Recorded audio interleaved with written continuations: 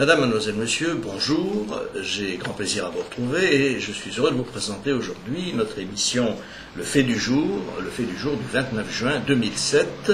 Notre invité est Éric Revel. Bonjour Éric. Bonjour Claude. Éric Revel qui est, comme chacun le sait, le rédacteur en chef du journal de l'économie sur LCI et qui est également, ceux qui suivent Reichmann TV le savent, car il a déjà été notre invité, l'auteur d'un livre très intéressant et très excitant, Écoute Petit Français aux éditions Jean-Claude Lattès, un livre qui a 2 ans et qui n'a rien perdu de son actualité. Alors Éric Revel, nous sommes maintenant un peu moins de 2 mois après que M. Sarkozy a été élu président de la République. Il est évidemment trop tôt pour faire un bilan, mais il y a déjà un certain nombre d'aspects économiques, et c'est évidemment sur ce terrain que nous allons essayer d'aller avec vous, puisque vous êtes un grand spécialiste, sur lesquels on peut s'interroger. Alors j'ai noté que vous avez interviewé il y a quelques jours Serge Dassault dans son bureau du provisoire, dans son bureau provisoire du salon de l'aéronautique. Et alors il a tenu des propos assez curieux, c'est-à-dire qu'il a eu l'air de dire que finalement la politique économique de M. Sarkozy n'était pas exactement celle qu'il attendait. Vous avez eu ce sentiment aussi? Oui, enfin il s'est beaucoup attaché à contredire son ami Nicolas Sarkozy sur une mesure, qui est la mesure de la TVA sociale, puisque lui, Serge Dassault, considère que la TVA sociale ne va rien résoudre. En tout cas, ça ne va pas aller dans le sens voulu par le président Sarkozy. La TVA sociale, en 2 mots, c'est quoi? C'est l'idée théorique et intéressante de transférer une partie des cotisations patronales sur un taux de TVA. Alors, évidemment, ça augmente le taux de TVA, mais si dans le même temps, les gens qui produisent abaissent une partie de leurs coûts, puisqu'ils ont moins de charges patronales, moins de charges sociales, alors le prix du produit descend. Et si vous appliquez un taux de TVA supplémentaire, en réalité pour le consommateur, c'est relativement neutre, in fine. Parce que d'un côté, le prix est moins élevé, et de l'autre, certes, le taux de TVA est plus fort, mais l'un dans l'autre fait que pour le consommateur, ça devrait être neutre. Ça, c'est la version rêvée. C'est la version rêvée, et puis si j'ajoute l'appendice supplémentaire, c'est que pour l'État, c'est un avantage énorme, évidemment. C'est que ça crée des recettes d'impôts indirects supplémentaires, puisque le taux de TVA est augmenté. Le problème, c'est que de la théorie à la pratique, il y a évidemment un gap que vous connaissez, Claude. Et le problème, c'est que les 2 phénomènes ne se produisent pas en même temps. C'est-à-dire qu'il y a un décalage énorme entre le moment où l'État s'en met davantage dans les poches, avec des recettes indirectes, taux de TVA augmenté, et puis le moment où les entreprises jouent le jeu. C'est-à-dire que comme on leur baisse leur cotisation patronale, elles baissent le prix du produit, leur prix de revient. Voilà. Et ce décalage fait que Serge Dassault ne croit pas que la mesure sera efficace. Donc c'est intéressant parce que Serge Dassault, c'est quand même un soutien important. Oui. Alors il y a plusieurs lectures qu'on peut faire au travers de ces sorties. Parce qu'il n'y a pas que lui qui a émis des doutes sur l'efficacité de la TVA sociale. Il y a Jean-Pierre Raffarin, il y a Jean-François Copé, le nouveau président du groupe UMP. Alors moi, la lecture que j'en fais, c'est qu'en réalité, quand vous faites monter au créneau des gens qui vous sont proches comme cela, c'est une manière de dire la mesure n'est peut-être pas la bonne, et d'ailleurs on va peut-être pas la faire. Moi, c'est la lecture que je fais. Alors on verra ce qui va se passer, mais j'ai l'impression, dossier sur dossier, quand même, qu'on est encore dans la communication, qu'on n'est pas vraiment dans l'action. Et si on reprend les grands thèmes de réforme annoncés par le président de la République, on s'aperçoit qu'un certain nombre d'entre eux sont en réalité vidés quand même de leur substance. Alors il faut quand même préciser une chose, c'est que jamais dans sa campagne électorale, Nicolas Sarkozy ne s'était engagé sur la TVA, il avait simplement dit qu'elle serait à l'étude. C'est par la suite que la machine s'est un petit peu emballée, que certains se sont même avancés de manière prématurée, donc on ne peut pas lui reprocher, en tout cas pour l'instant, d'avoir fait une promesse qu'il ne tient pas puisqu'il ne l'avait pas faite. En revanche, ce sur quoi on peut s'interroger, c'est sur la pertinence des engagements qu'il a pris, ou surtout leur adéquation avec la politique qu'il faudrait mener. J'ai noté aussi dans cette interview que vous avez faite de Serge Dassault qu'il reprochait à la politique économique du gouvernement de ne rien faire pour la politique de l'offre. Et effectivement, dans toutes les mesures qui sont annoncées actuellement, il y en a que pour la demande, puisqu'il s'agisse des heures supplémentaires détaxées, qu'il s'agisse des cotisations plutôt des impôts qui seront perçus ou pas perçus sur les successions, qu'il s'agisse de la déduction des intérêts d'emprunt sur les résidences. Il y a toute une série de mesures qui sont destinées à donner un peu plus d'argent aux particuliers et donc augmenter la consommation. Mais pour autant, les entreprises, et c'est la fameuse politique de l'offre, ne sont pas jusqu'à présent gâtées et cela semble tenir au fait qu'il n'y a rien, en tout cas pour l'instant, dans les mesures gouvernementales visant à réduire les dépenses publiques. Est-ce que vous qui êtes tous les jours branchés, si je puis dire, sur les décideurs, est-ce que vous avez vent de quelques mesures qui pourraient éventuellement être dans les tuyaux? Alors oui et non. Vous avez raison, pour l'instant, on ne s'attaque pas au nœud du problème qui est la réduction des dépenses publiques. Sauf que hier, le ministre de l'Éducation, Xavier Darcos, a annoncé, aux grandes dames évidemment des syndicats de profs et d'éducation nationale, qu'il y aurait sans doute quand même 10 000 postes d'enseignants qui ne seraient pas renouvelés ou qui passeraient à la moulinette. Donc peut-être que c'est le début de ce phénomène. Parce que pour l'instant, vous avez raison, pour l'instant, on en est quand même encore à l'âge de pierre. C'est-à-dire qu'on continue, bien qu'on n'en parle plus trop, de parler des 1150 milliards d'euros de dette du pays, et pour l'instant, on met en face que des petites recettes de poche. Madame Lagarde, qui annonce il y a 2 semaines la vente de 5% de France Télécom, qui d'ailleurs s'est assez mal passé, parce qu'ils espéraient récupérer 4 milliards d'euros. Ça fait moins de 3. Et en réalité, ça fait moins de 3. Bon, tout ça, eh bien, doit venir pour alléger la dette, mais on voit bien que ce sont des recettes de poche. On ne fera pas baisser structurellement le niveau de la dette ou du déficit français en vendant les bijoux de famille, en vendant 5% de France Télécom, peut-être demain 4% d'EDF, etc.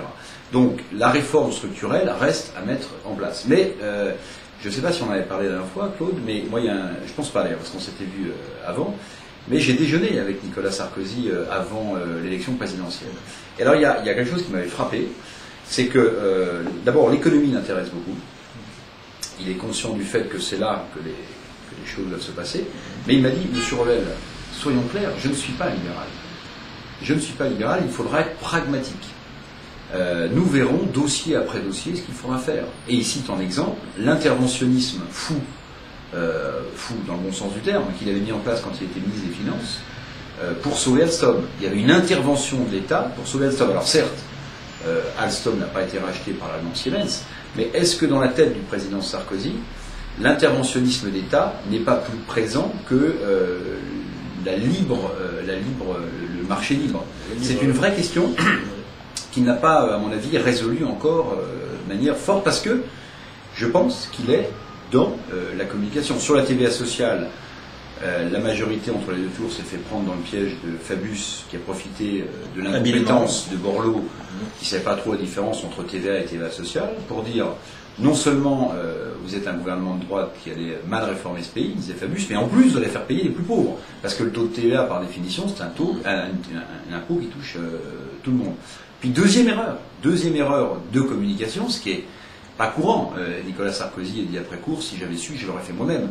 Dans le même temps, on annonce que le SMIC n'augmentera que du fameux minimum légal et pas du coup de pouce. Ce qui est en matière économique, une vraie décision.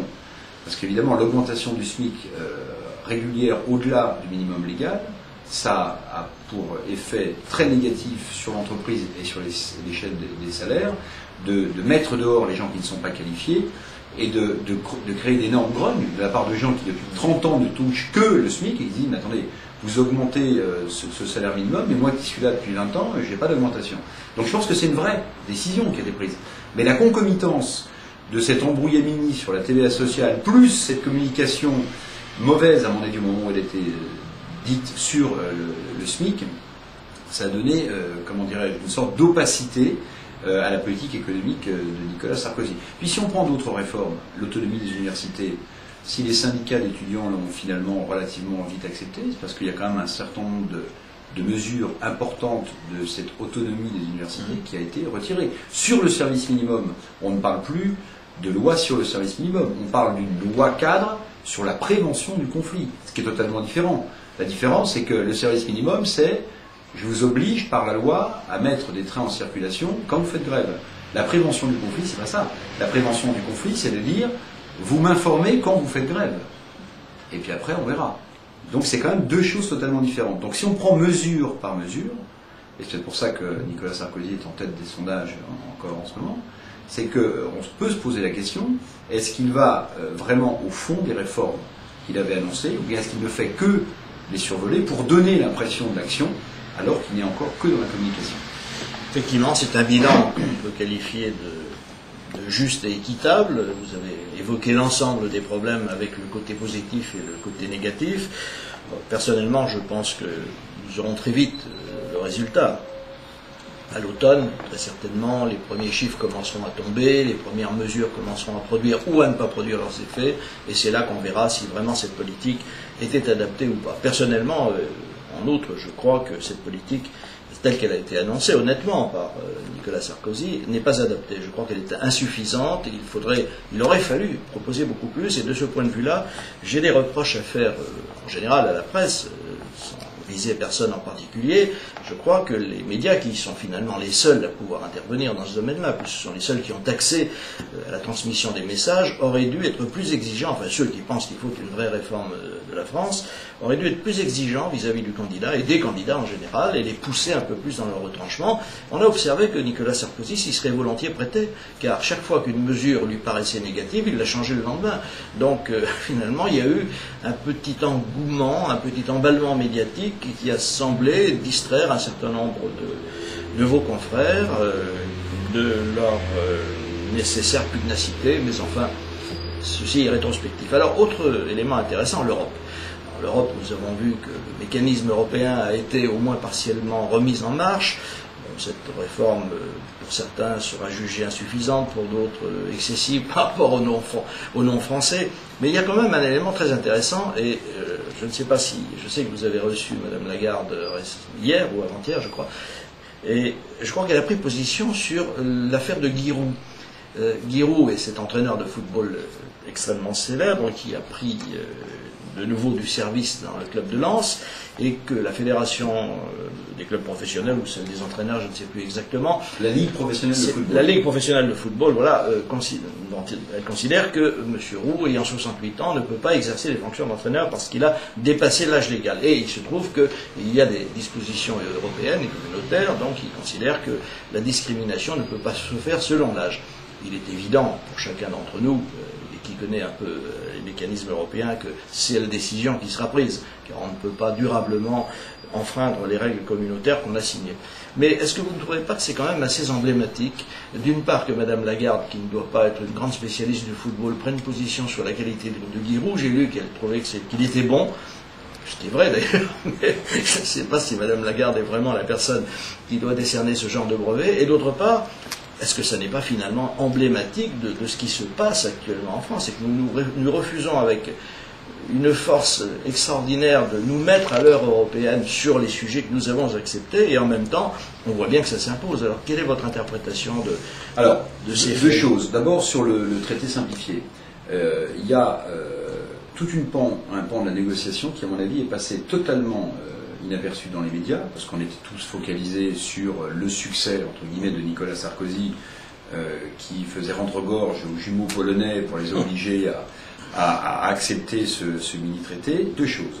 Première chose, le pan de la négociation qui n'a pas été bien perçu, à mon avis, c'est que 40 dossiers, maintenant, passeront du vote à l'unanimité à la majorité qualifiée, dont l'agriculture. Quand on a fait un sujet sur ce thème, Michel Barnier m'a appelé le soir même en disant « Mais attendez, vous ne pouvez pas dire une chose pareille, nous n'allons pas sacrifier l'agriculture. » Alors bon, le journalisme parle souvent, et notamment télé, est parfois un peu caricatural. Mais en fait, c'est un vrai dossier. Et on peut se demander si la revanche des Polonais n'est pas là. Quand vous constatez l'importance et la force de l'agriculture polonaise, qui va devoir bénéficier, en tant que membre de l'Union européenne, de la même dose de politique agricole commune, le fait que le dossier agricole ne soit plus décidé à l'unanimité, mais à la majorité qualifiée, ça peut accélérer la réforme de la politique agricole commune au détriment des agriculteurs français, pour d'autres agriculteurs, par exemple polonais, qui vont en tirer davantage de substance. Première chose qui, à mon avis, n'a pas été suffisamment mise en avant dans les médias, bien que sur LCI, on en ait parlé, ce qui avait eu cette réaction le soir même de Michel Barnier qui m'a appelé. Deuxième chose, sur Giroud. Incroyable paradoxe, ce pays, incroyable paradoxe. Quand vous lisez toutes les études qui sont produites sur la fameuse employabilité des seniors, on voit bien qu'en France, on est extrêmement en retard. Il y a tout un mouvement maintenant qui se crée pour dire, mais attendez, quelle perte de substance! Des gens qui ont plus de 65 ans ont une culture d'entreprise, en savent plus que ceux qui ont 25 ans. Pourquoi est-ce qu'on devrait les mettre en retraite?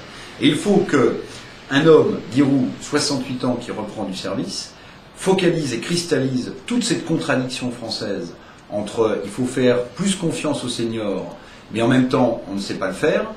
Il faut que ce soit un type comme Giroud, à l'insu de son plein gré, comme dirait Richard Virand, qui engage ce débat. Et Madame Lagarde a même été beaucoup plus forte que ça. Nicolas Sarkozy aussi s'est emparé du dossier en disant mais c'est stupide. C'est pas parce qu'on a 68 ans et que statutairement on doit être en retraite à 65 ans qu'on doit passer la main.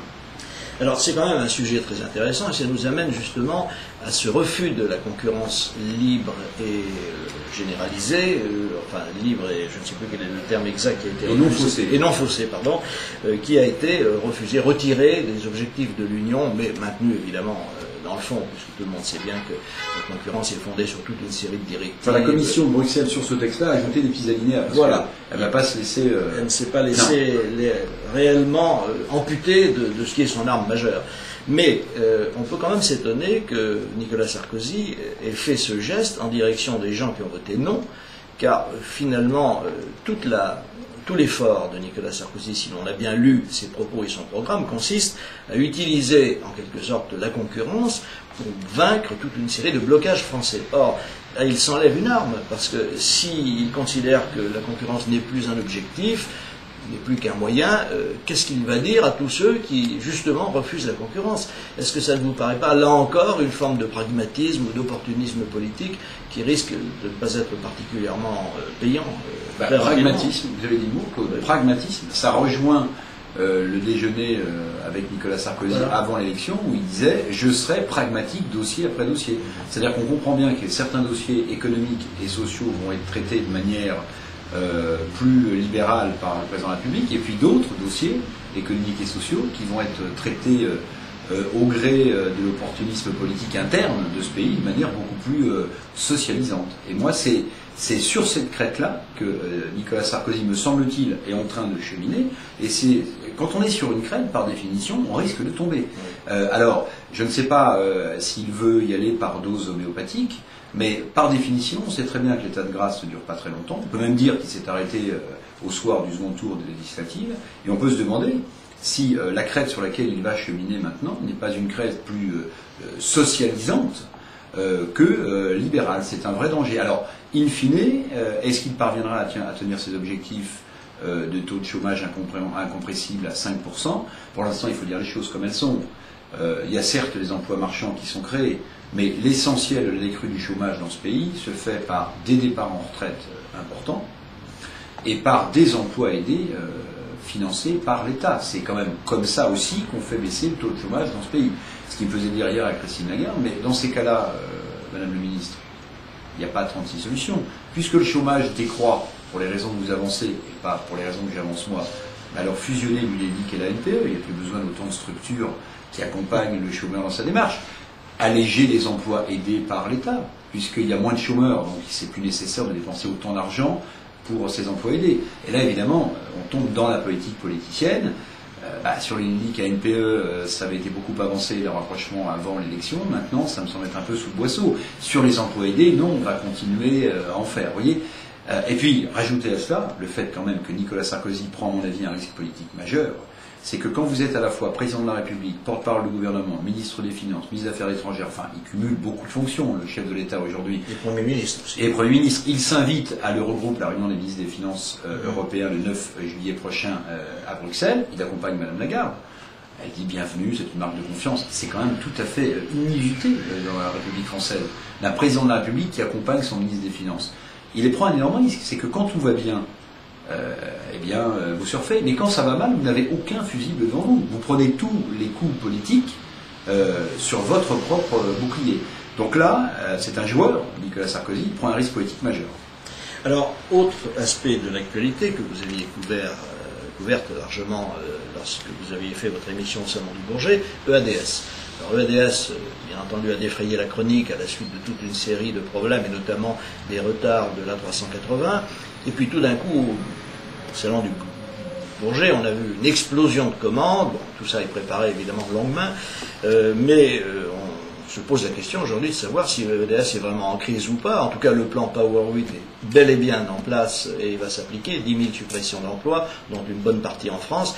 Alors, que faut-il penser de ces problèmes de gouvernance qui deviennent absolument incompréhensibles, surtout si l'on en juge par les dernières déclarations d'Arnaud Lagardère, qui considère que sa place doit rester à la tête, au moins de la présidence du directoire, et que, du coup, on risque de voir partir M. Gallois, parce que le problème de gouvernance franco-allemande est complexe.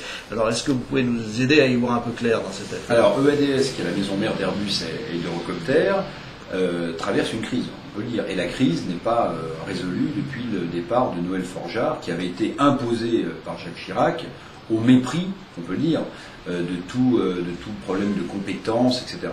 Donc la crise chez EADS est toujours là. Alors François Fillon, qui est donc le Premier ministre, on l'entend de temps en temps, merci de le rappeler, nous dit, en fait, ce qui est important, c'est pas le pacte d'actionnaires chez EADS, hein, vous avez des Allemands, des Espagnols, des Français, etc. Ce qui est important, c'est le bicéphalisme. Aujourd'hui, vous avez effectivement deux coprésidents, un Allemand et un Français, qui gèrent dans leur coin et qui parfois font des déclarations encore complètement contradictoires. Thomas Sanders a dit des choses qui ont été démenties notamment dans la sortie du capital de Dassault, justement, qui ont été démenties le lendemain sur LCI par Louis Gallois. Donc on voit bien que ça ne fonctionne pas, et en même temps Louis Gallois, qui doit être à 2 ans de la retraite, sauf s'il fait comme Giroud, hein, voilà. Mais Louis Gallois dit, attendez, il faudrait qu'il y ait un président de l'exécutif et un directeur général exécutif. Vous savez, sur l'idée américaine du non-exécutif président et d'un directeur général exécutif. Les problèmes, c'est qu'on se heurte toujours à la même chose. Est-ce que l'exécutif sera allemand ou français?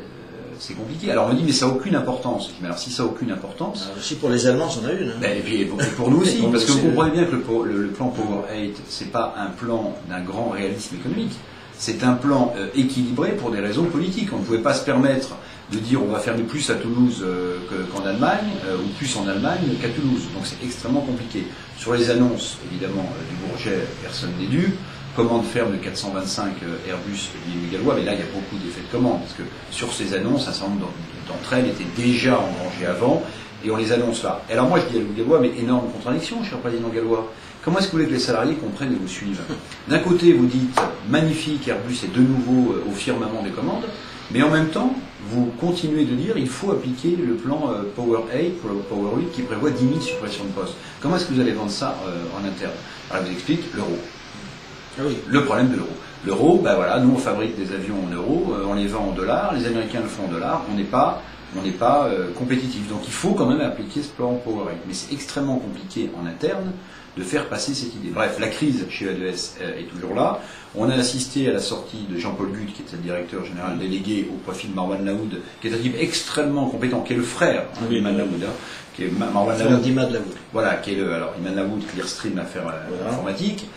Marwan Laoud, l'ancien patron de MBDA, qui est la filiale missile de EADS. Donc il prend le job de Jean-Paul Guth, et peut-être ensuite va-t-il s'imposer à la tête de EADS, mais rien n'est réglé. C'est-à-dire qu'on a un dossier sur lequel s'est précipité, encore une fois, Nicolas Sarkozy, dès le lendemain de son élection, quand il a rendu visite à Mme Angela Merkel, pour lui dire il faut absolument remettre ce truc à plat.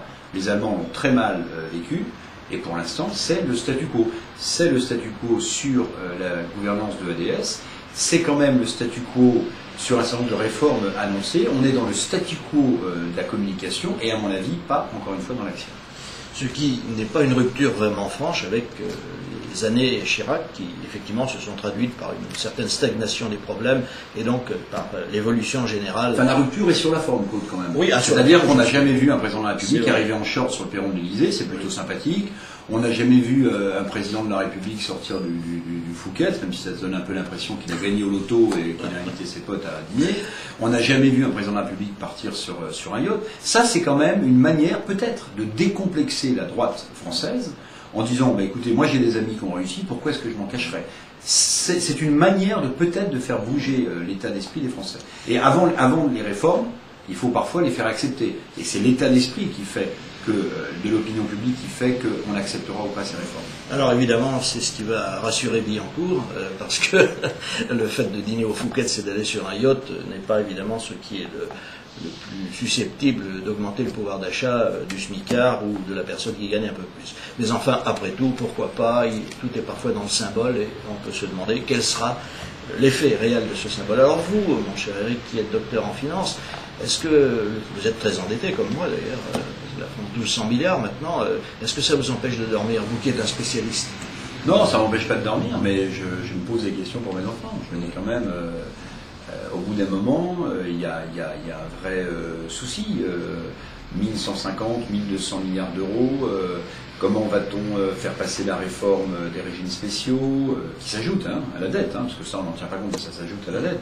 Donc c'est un véritable écueil, et je ne sais pas si vous l'avez constaté comme moi, Claude, mais depuis la remise du rapport de Michel Pébreau sur la dette, lorsque Thierry Breton était ministre des Finances, où tout à coup le pays, et ça c'est quand même la bonne démarche pédagogique qu'il fallait avoir, s'est emparé d'un problème majeur pour l'économie française et pour le pays, plus personne, presque, n'en parle. Petite recette de poche pour faire encore une fois diminuer la dette, mais sur le fond, moi en tout cas à ma connaissance, je n'ai pas entendu de projet d'ampleur qui montre qu'on s'attaque à ce problème majeur qui est comme une épée de Damoclès au-dessus de nos têtes, qui est la dette française est toujours en l'état. Et n'oubliez pas une chose, quand à chaque fois que M. Trichet augmente d'un quart de point son taux d'intérêt en agio, en frais financiers sur la dette, ça fait 200 millions d'euros. Un point, c'est 450 millions d'euros. Simplement, non pas pour rembourser le capital, mais uniquement pour rembourser l'intérêt de notre propre dette. Et ça, il faut bien que quelqu'un paye la facture. Donc ce problème-là n'est plus tellement abordé. On ne veut pas montrer aux Français qu'il y a un climat anxiogène, mais le problème est toujours là, il est toujours bien vivace.